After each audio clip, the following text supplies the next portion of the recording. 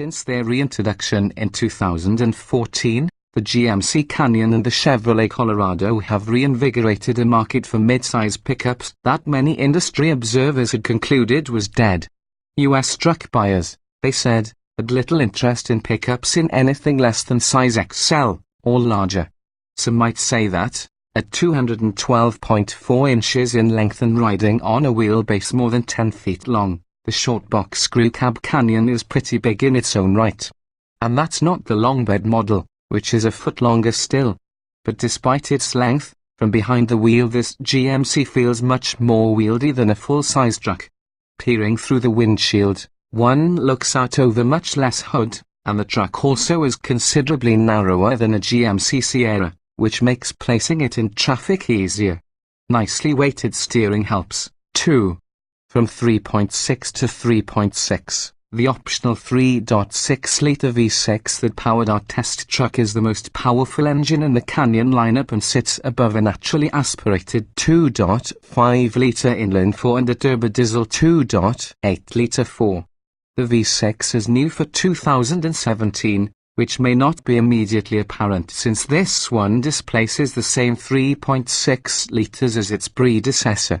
Output is barely changed, inching up by 3 horsepower to 308 and 6 lb-ft of torque to 275. More significantly, the automatic transmission it's attached to gains 2 forward gears for a total of 8.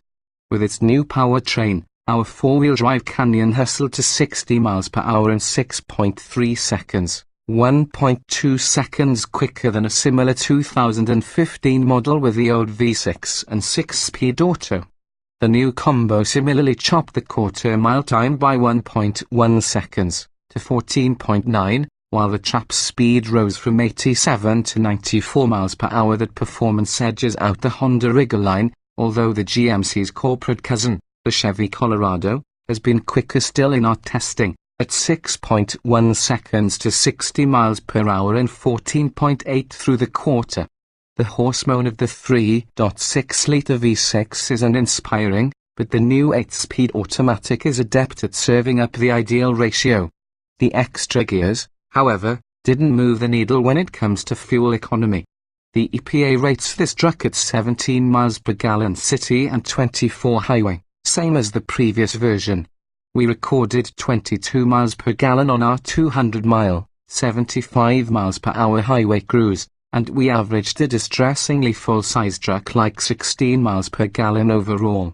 That fell short of the 17 miles per gallon we saw in the Canyon with the old powertrain, and it trails far behind the impressive 28 miles per gallon that the Ridgeline managed on our highway fuel economy test.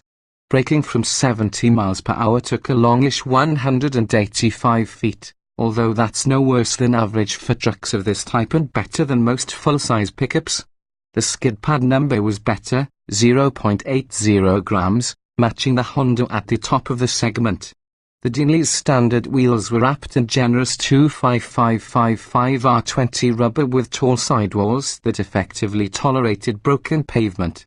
But the stiff, leaf-sprung rear suspension meant that bigger bumps had this pickup hopping and skipping around when there was nothing in the bed to weigh down its tail.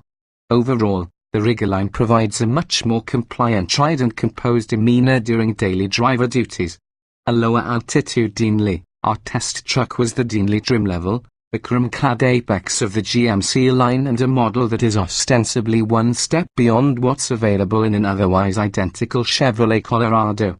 With a base price under $44,000, it would appear to be excessively priced for a Max Glitz pickup, but this Dinley isn't as glamorous as some other GMCs wearing that badge.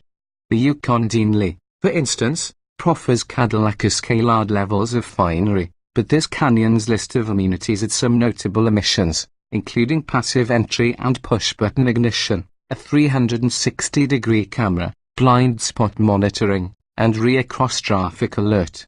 And its cabin doesn't approach the hedonism of the fanciest full-size rigs, fitted only with a couple of pieces of plasterwood and summer-color Forks metal trim that failed to make much of an impression. Functionally, though, there's little to fault. The front seats are comfortable, and the simple dash design proves quite logical. The central touchscreen may be unspectacular in size and graphic presentation, but it's easy to use, and there are plenty of redundant physical buttons and knobs for the audio system and for all climate control functions. Accommodations in the rear seats are adequate for a 6-footer, but don't expect the expansive, stretch-out space one finds in a full-size crew cab. A narrow rear door opening also means it takes some contortion for passengers to thread themselves back there. As is common among four-door pickups, the rear seat folds two ways, backrest flopping forward or seat bottom flipping upward to make way for cargo you'd prefer to transport inside the cab. One Deanly item that we found particularly annoying was the chrome-finished step plates. Even as a 4x4, this truck isn't jacked up enough that most people would need them, so they're not really necessary to ease the climb aboard. And yet they project out far enough that you're sure to dirty your pant leg as you try to step over them. If this were our truck, we'd unbolt them on day one and toss them into the garage. With that accomplished, the Canyon becomes a very livable pickup, much more than its bigger brethren, provided your cargo hauling needs aren't extra large in size.